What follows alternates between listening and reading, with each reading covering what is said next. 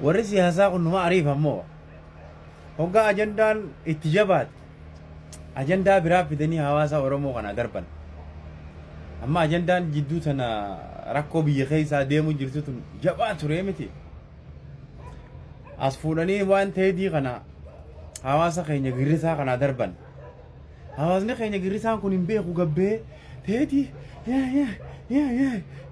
jee miidiyaa kanarraa kayya gastii seenee liivii seenee poosti godhee kana cinqabee booya galgalaa kana.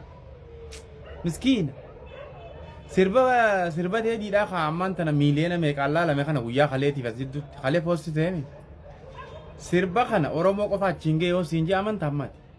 Girrisaa dukkana fiigu waa takka quban qabu. Jee dhaqee gurbaa maallaqa guyyaa tokko meeqa harkachiisan beektaa? Miiliyoonara godhan gurbaa duruu ni qabaame.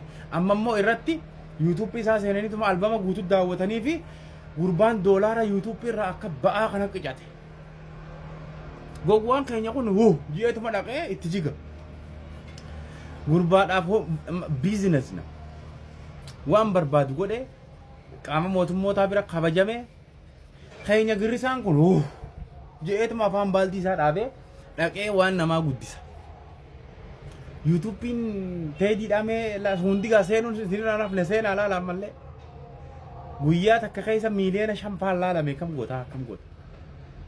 Keenya girrisaan kun if gubbaa kaayee bar suuraa isaa if gubbaa kaayee teediin bara kana jee baate maal fiddan durumaa isin jechaas gaanii. Gizee ajandaa tokko gad darbaniif gumaa addan baafattu. Jetteetuma horiiti baaldiin tununti. Bakka ajandaan kun irraa dhufee fiisin beeytu. Maaliif akka wanni kun godhamee fiisin beeytu. Teedii tokkana godhee jedhanii horiyan barisaan quban qabanii. Miskiine wallah. Teediin kun eessa jira? Naannoo Amaaraa keessaa akkana godhaa jira. Biyya isaa galee kana godhaa jira. As bakka isin jirtan magaalaa Finfinnee tana buna isinii wajji dhugaa bakka biyyi jiru tana taa'aa bakka shimallis jiru tana taa'aa waan kana godhe. Girrisaan keenya kun uummata kan beeku gayyaayeetu yee miidiyaa irraa afaan bada. Dayyuu isaa bareesin kun. Yoon bayyanatti qooyisa wanti tun. Yoon bayyanatti hin jaabaran. Yaa uummata kanaa wajjin umar akkanne yaa. Mee gurbaa akkamit dheeyxanii doolaara diretan akkanne argatu gootan. Ana magaa itti naafuu fi miti. Isintu gurbaa abbaa qabeenyaa godhe guyyaa takkatti wanni inni sirba kalee gadhiisa irraa argate. Yaa salaam. Yaa isin bar ifiifuu wal bar sirba yoo san gootaawuniitu gadhiise Qamar Yuusufi sirba tokko gadhiise. Yoo ja'anii Saaliyaa Saamii sirba tokko gadhiise yoo ja'an namni akkasitti dhaqee ilaalee fi maallaqa dilee san argachiisu hin jiru. Jettee teediin dhufeette dheeyxee gurbaa guyyaa takka doolaara meeqa argamsiifteef. Mee laala ammallee dhaqaa laaluu jirtani. Guyyaa takka keessatti sa'aa 24 osoo hin gahin takka viidiyoon takka sirbi tokko miiliyoona 5 ilaalan. Akkam godhe? Miiliyoona 5. Irraa gaqqacaaniif kaa jarri isaaniitu hagas dhaqee ilaalle akkam godha? Girrisaa kana yaa akhi girrisaa siraatal mustaqii.